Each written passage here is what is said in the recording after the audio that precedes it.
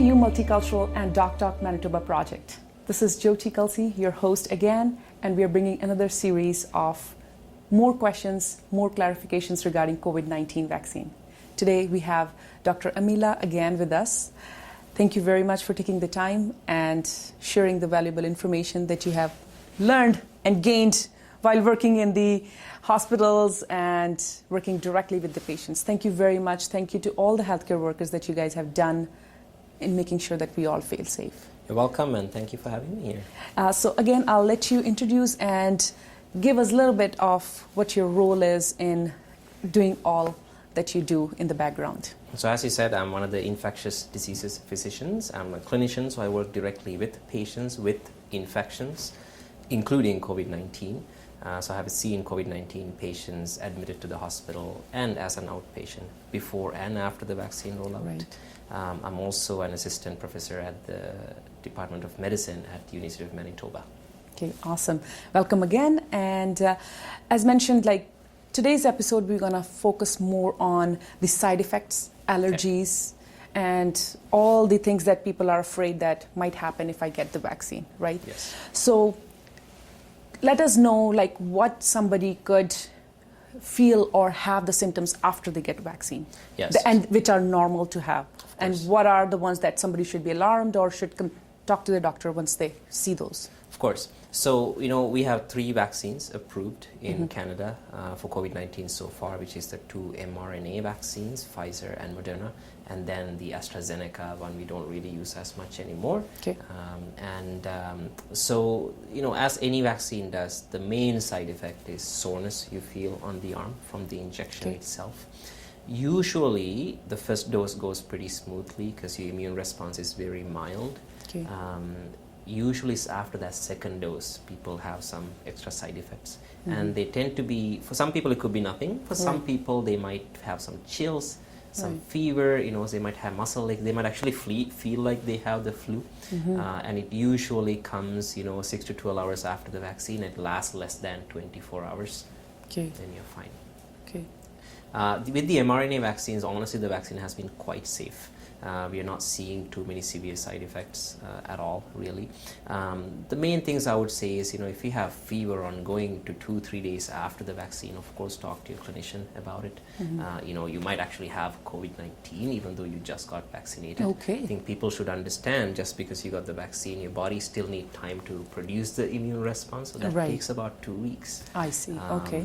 And then other side effects, if you do end up getting the AstraZeneca, for example, there has been some issues with clotting disorders, and specifically clots in our head and neck and the brain region. Okay. So if you start getting severe headaches after the vaccine, is important. Okay. Then the other big thing was this heart problems that came up with the younger people with the mRNA vaccine.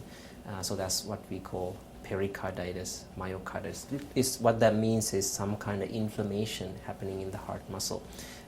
That happened after getting the mRNA vaccines, usually in people younger than 30 years of age, and usually much younger, teenagers and younger adults. I see. The actual risk is quite low, and it's almost never is a severe reaction and tend to be self-limiting. What that means is it gets better with very mild treatment, pain control. Okay. And it's important to talk about the flip side. The COVID-19 infection itself can cause heart inflammation and has a much higher risk of causing that heart inflammation than the actual vaccine, especially in young people. Okay. So as you said, these major symptoms are rare and happens. That's right. in case where there might be some other aspects playing in, or Yeah, we don't really know. I mean, usually a lot of these side effects are to do with your immune response. Okay. So we can never predict how some of the people might have an immune response. Reaction to it, yeah. Yeah, so, some people have a very good immune response, and sometimes that immune response might be too good. And that's why you get some of these symptoms, including the heart problems that people get. They tend to be an immune response, and then the antibodies kind of causing those problems. But at the same time, because your body is making those immune response, your body will take care of it 99.9% of the time. Okay. So said that, it came up when you were mentioning some people don't get any symptoms after they get vaccine. Some people do feel sick. That's right. Brought a funny story. I did really feel very sick after I got my second dose, and my parents did not feel anything. They were like, did they actually give us a vaccine? Did you see it? Did they actually inject it? Like, I mean, you know, you see those rumor videos, those funny videos they make. Right.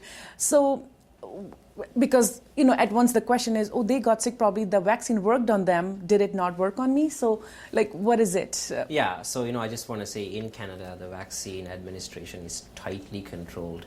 So any vaccine you get, that's a real vaccine. Nobody's stealing vaccine and selling on the black market in Canada because you can't. We watch exactly what comes into our hands and go out.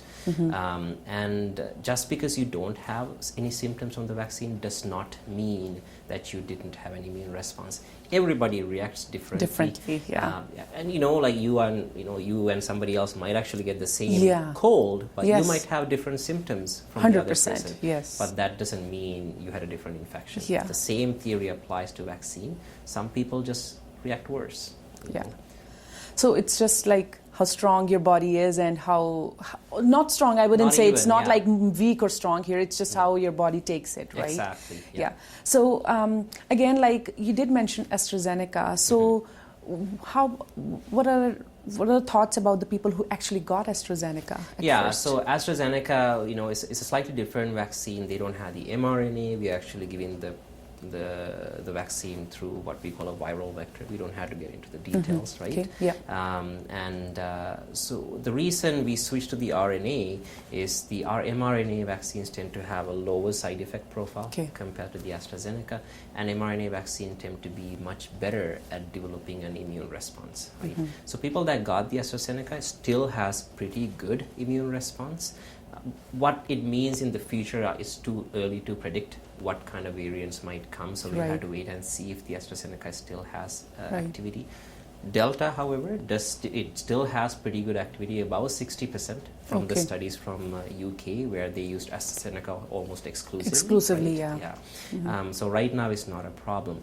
There might be some issues with travel because some of the countries don't recognize the AstraZeneca vaccine. I think that will change, given there are some countries that don't get any use mRNA that, vaccine. Exactly. But we can't predict the future, so 100%. But right now, if you're an AstraZeneca recipient, it should not be a problem. You're still protected. And I do hear like there's call for a third vaccine, or people who have got mixed vaccine like Pfizer and Moderna, let's just say that. That's right. Like, can you give us more information about it, what's available? So that's third dose or a booster dose. What that means is we have seen in some patients, some people that get the vaccine, after about 8-10 months, that immune response has decreased. So those tend to be our high risk. So is it due to mixing? No, nothing to do with the mixing. It's just your body's not able to keep that immune response going. So they tend to be the people who have a problem with their immune system.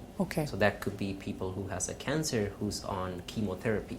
Because chemotherapy reduces your immune response. People who have undergone an organ transplant or stem cell bone marrow transplant, because they don't have a good immune response. And sometimes our really senior people, like our elderly or older people, because their immune response isn't as good, so they might not be able to keep that immune response going. And at the same time, those are the same group of people that tend to get more severe infections with COVID-19.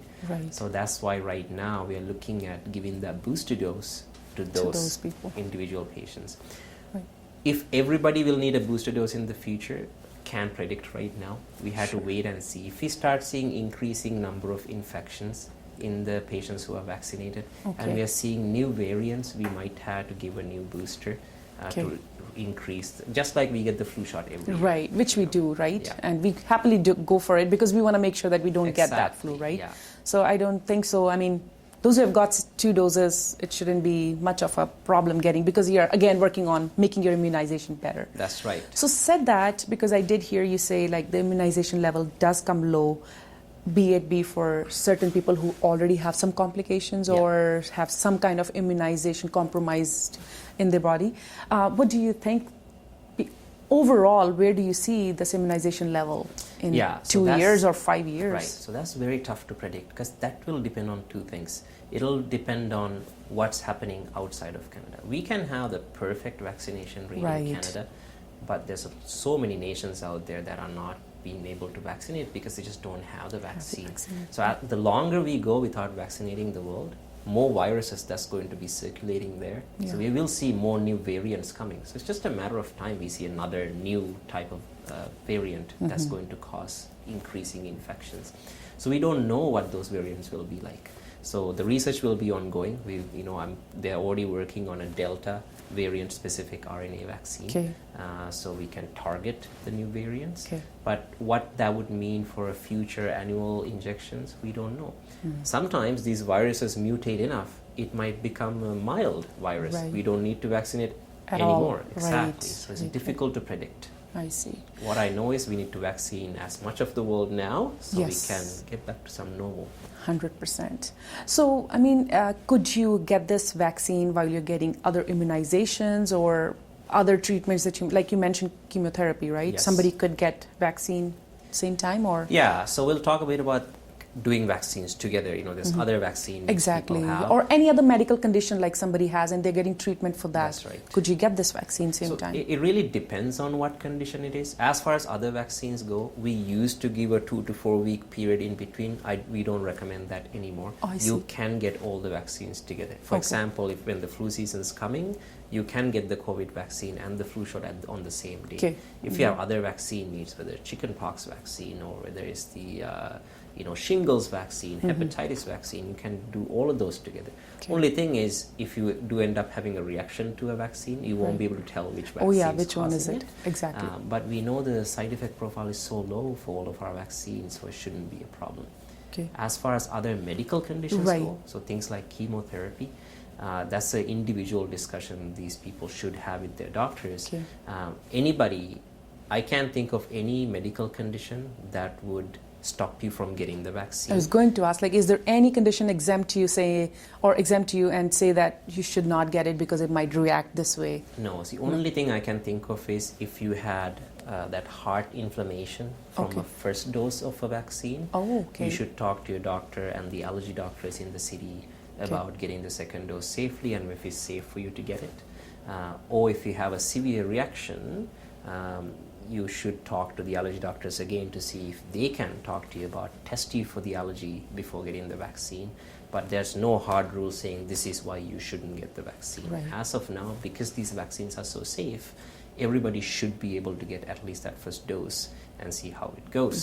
Test it out. Yeah, the only thing is if you're getting something like chemotherapy, if you're on what we call biologic therapy that reduces your immune response, Right. it's important to time it.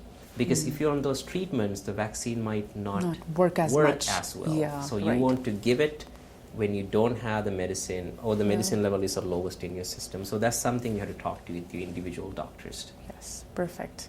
Thank you very much. As much as, I think we can keep on tackling this, but I want to be thoughtful of your time as well. We really appreciate it, you coming out and bringing us and clarifying all these questions for us. Of course, anytime. Do you have anything to say to your viewers before we end the show? Like any last message? Sure. So, I will say why I got vaccinated, right? So I got both of my vaccines right away as part of the COVID-19 vaccine rollout through the physicians for 3 reasons. One thing is I was working with very high-risk patients because in infectious diseases we see immunocompromised patients, so I want to protect them. Second thing, I have a young child at home, I have elderly parents, so I want to make sure they are protected. But the main reason I got the vaccine was to protect myself. Always look out for number one. You get the vaccine to protect yourself. And then the bonus is, if most of us are vaccinated, there's less risk of getting an infection and getting into the hospital. So hopefully we can avoid that wave 3 and then this huge healthcare crisis we probably won't be able to handle again. That's why. Thank you very much. Those words are really powerful. I think that would motivate at least some of our people, not everyone, but few for sure. I hope so. Thank you again. Thank you very much. Thank you for having me. I want to take a moment to thank Manitoba government and Doctors Manitoba, who offer special help to doctors and physicians in offering the incredible service to us Manitobans. Thank you very much. Stay tuned to Multicultural Doc Manitoba project for more information and clarify all the questions regarding COVID-19 vaccine. Thank you very much.